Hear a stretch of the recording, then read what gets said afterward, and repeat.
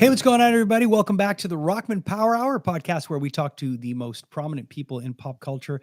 And this week, we have got a singer from an up-and-coming band called Classless Act. Now, if you've never heard of Classless Act, you will be hearing about them, not only because they're a great band, but they're on tour currently with Motley Crue and Def Leppard all across North America doing stadiums. And we're chatting with Darryl Day, lead singer of Classless Act. This is going to be a real treat for all of you rock fans. So strap in. This is going to be a lot of fun.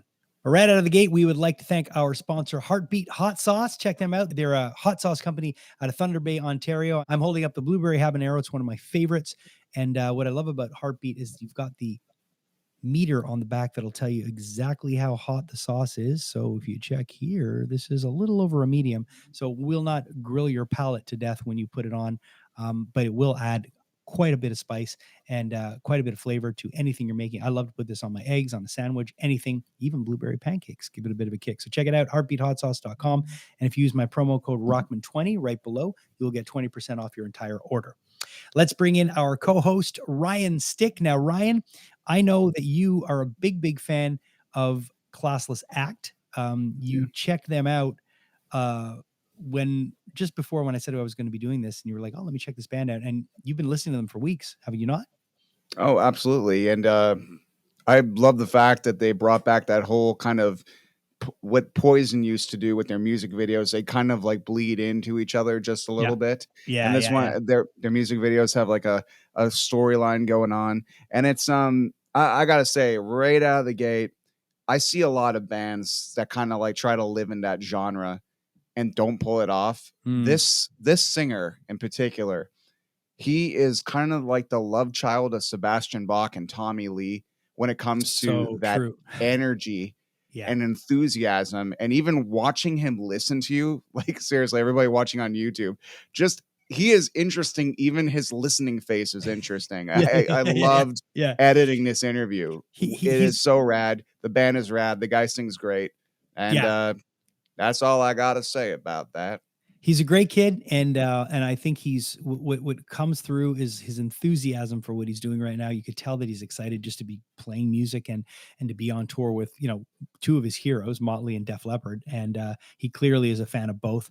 They had Vince on a track, and we talk about that. We talk about their collaboration with the lead singer from The Darkness. He added a great guitar solo to one of their songs as well. So without any further ado, let's jump right into this. Our interview with Darryl Day from Classless Act.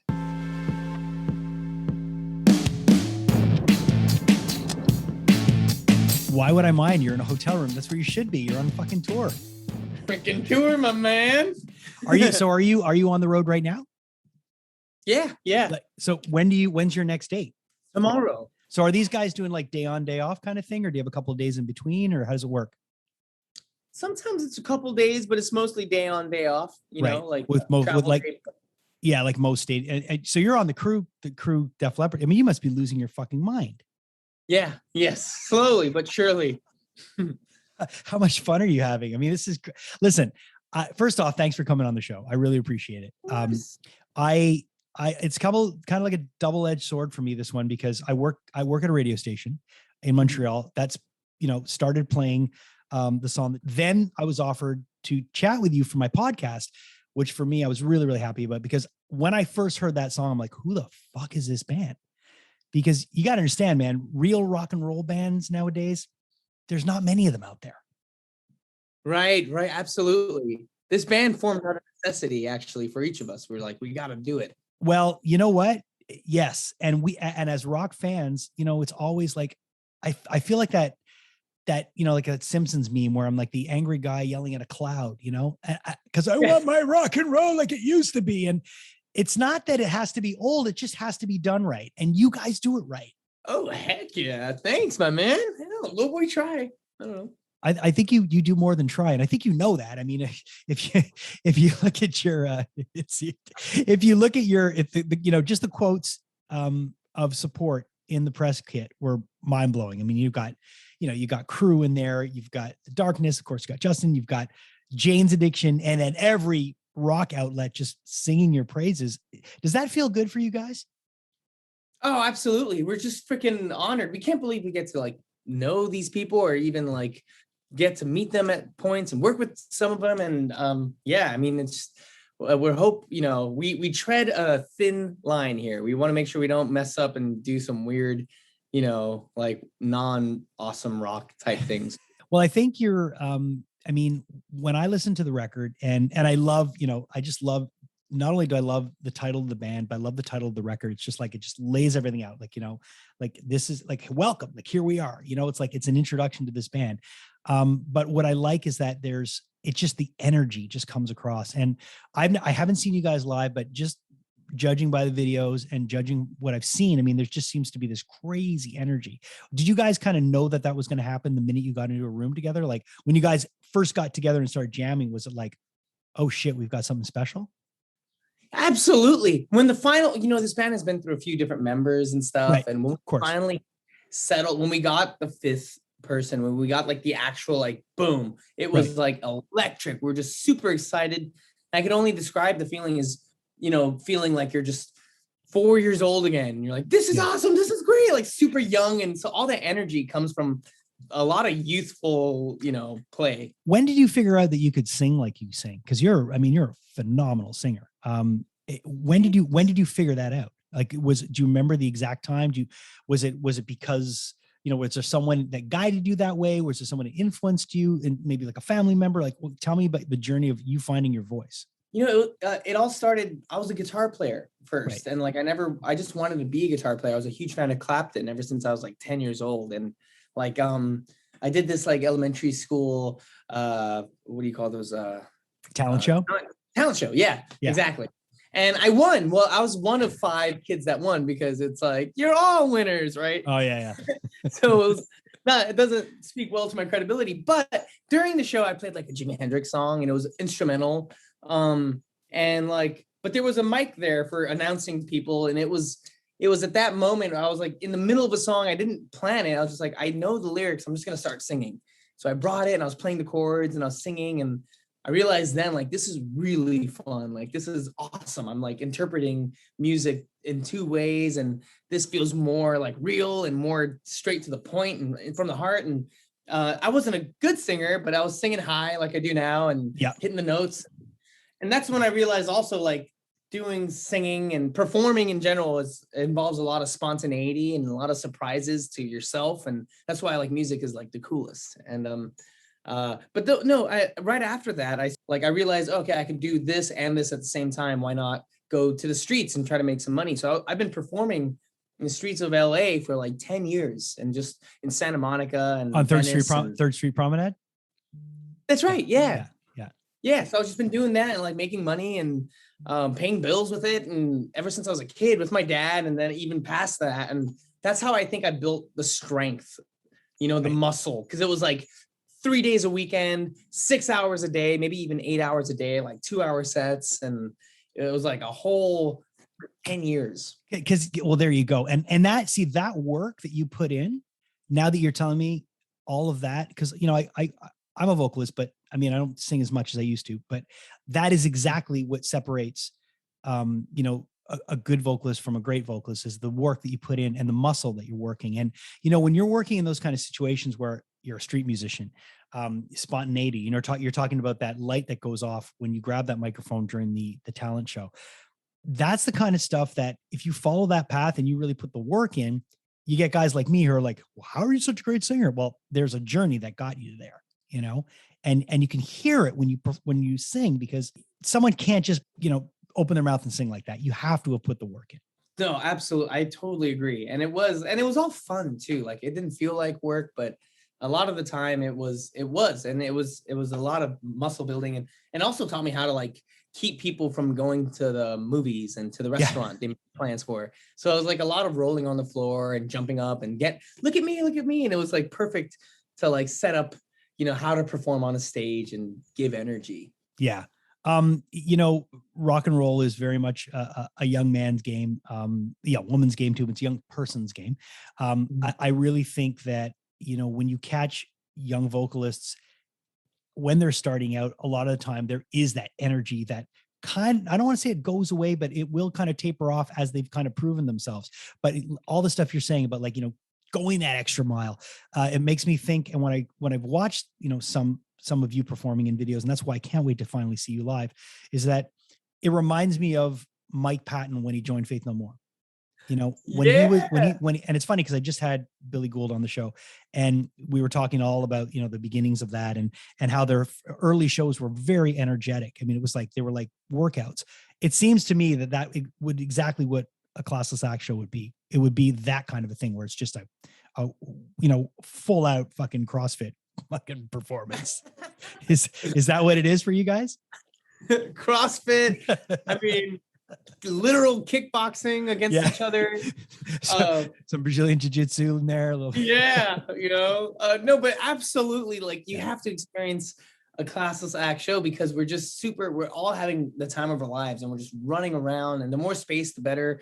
And even if it's less space, we just take up whatever real estate we can. And we love jumping and having fun and making sure it makes sense with the music. You're listening to the visual as well. And it's just like, so we just like having fun, and we like communicating with the audience, and it's like the most present thing. Everyone in the band like loves to be there. Yeah. So. How many of the Motley Def Leppard shows have you done so far? I think it's 6 or 7. Okay. That first one that you walked out and you had to do, was that like, were you freaking the fuck out? A little bit, just a little. And so like all day I was like, whatever, man. I was like Mr. Cool. Like, we got in there for loading. I'm like, this ain't a big deal. I think I was trying to calm my nerves subconsciously, maybe. Yeah. But when we go out there, I wasn't scared, but I was like super giggly. And I was just like, I was laughing while singing. And it was like the weirdest thing. Yeah. And I still do it. Like, I just did it yesterday. I was like laughing lyrics out.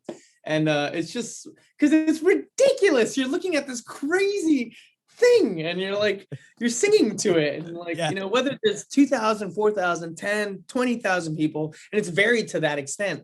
It's just like, you're looking at this grandeur, and you can do nothing but laugh, and it's just butterflies, and it's crazy. And especially that tour that so many people have been waiting for. I mean, this tour was supposed to happen like 3 years ago, and then of course, in true Crew fashion, Tommy fucks up his ribs, but it still comes out. There has to be some drama, but it's just, I'm just so really, honestly, man, I'm just so happy for you guys that you're able to experience that and appreciate it, because you are appreciating it. I can tell. I mean, but it's deserved, like when I saw the quote from Crew saying like, Ozzy brought us out and now we're going to bring these guys out. We're going to freak people the fuck out. I mean, that's a nice stamp of approval from legends.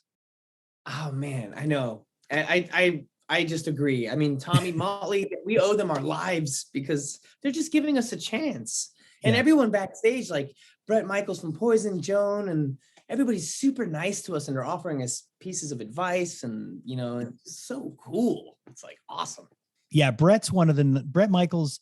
I know Bret, and Bret's one of the nicest guys you'll ever meet. He literally is just the sweetest guy. I'll tell you a really quick story. I used to play in a band called Slaves on Dope, and we were living in Los Angeles, and we had no money to pay our rent, and we were rehearsing in the Valley next to Poison. And then one day, Ricky Rocket knocked on the rehearsal spot and said, "Listen, we need to borrow strings." Can't remember what the fuck it was. We lent to them. We said, "But we're going to lend them to you. One condition: you've got to tell us stories about being on the road." And they said, "Done." Next day they came back with pizza. We sat down, we chatted. Bret was the best. And then Bret he knew we needed money because we ended up signing after at Ozzy Osbourne's label, and we were on Ozzy and Sharon's label. But we ended up hanging out with Bret, and he gave us money to record a cover of Look What the Cat Dragged In. It was this really heavy version. But I remember he did it just to help us out because he knew we were kind of like, we didn't have money for rent or anything. And I'll never forget how generous that guy was. So the fact that he's coming to you as a young band, and I wouldn't be surprised if he gave you advice, or he is that kind of guy. Bret Michaels is the fucking real deal. Oh man, that is a great story. And it's just, exactly. I mean, I can see that happening like right in front of me as you said it. Cause Bret is so cool. CC DeVille is so nice. Oh yeah. Yeah. So say our names on the stage, in the middle of the show. It's like, you don't have to do that, man, but they do. Justin also, incredible vocalist, has an incredible podcast where he breaks down where vocalists are at. You've seen that, right? Yeah, I love that. Justin Hawkins rides again. Well, I mean, you watch that and you're like, okay, not many people would be able to do that podcast and convincingly and be able to criticize because he's got the chops to do it.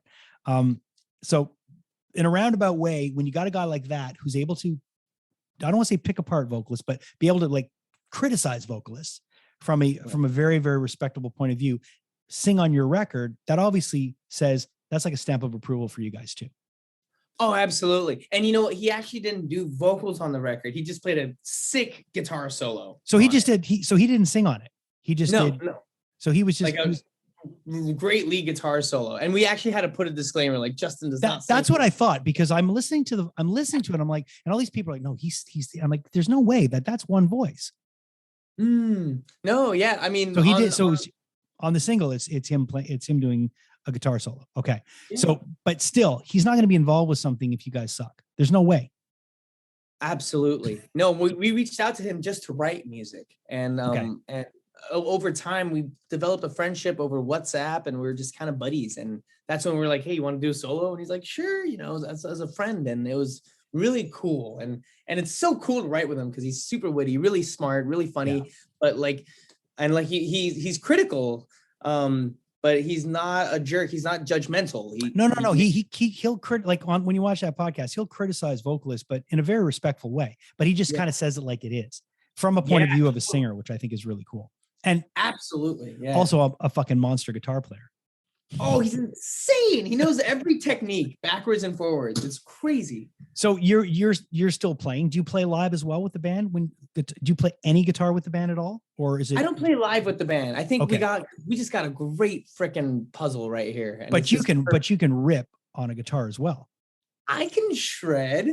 But I like to do it. I did some on the album, and I did some, when writing the tunes, I bring in riffs and so forth. But yeah, no, I love to play guitar. It's my first instrument. It's my first, thing.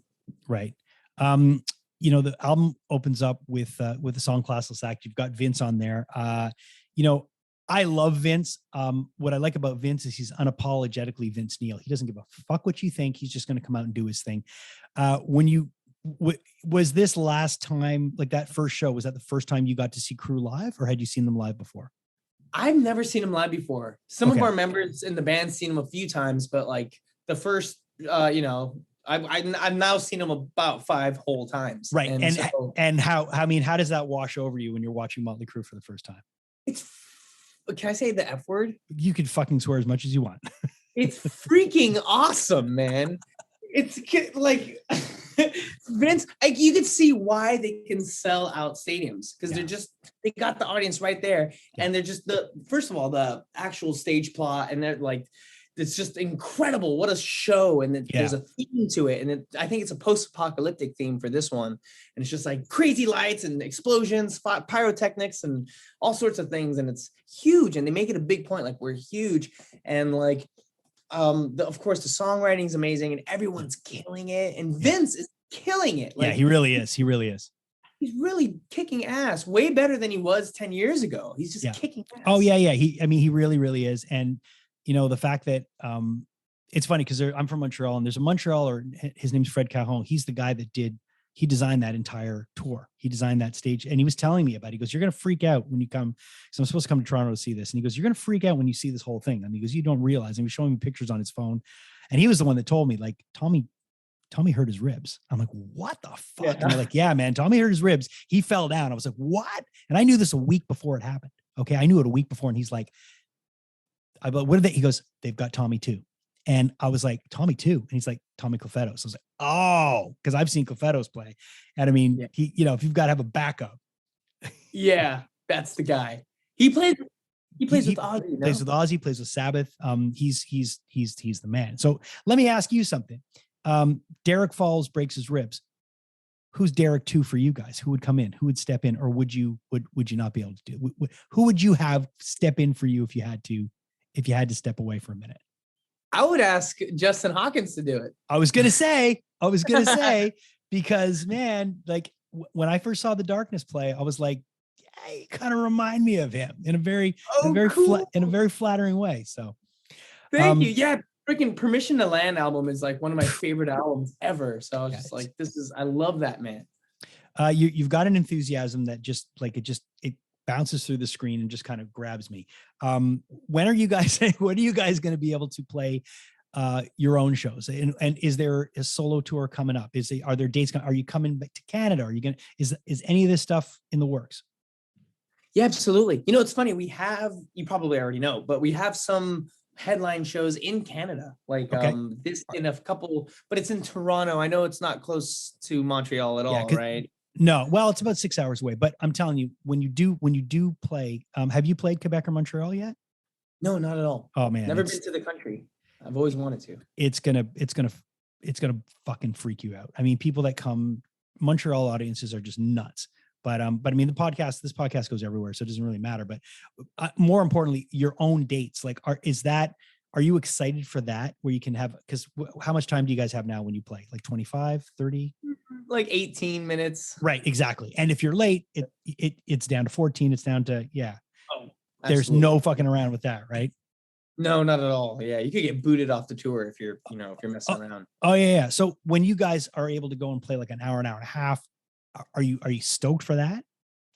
Yeah, absolutely. We get to play the whole album and like covers and like we have a couple of headline shows during this tour, but as soon as we're back home, we're going to sleep for a couple of days and go right out. Like we're going to just do our own headlining tour. We're still figuring out where, but it's going to be in the States, a little bit abroad, maybe in Canada too. And we'll try to just hit everywhere we can. Have you guys hit Europe yet? No, not yet. Not as Classless Act. No. Wow.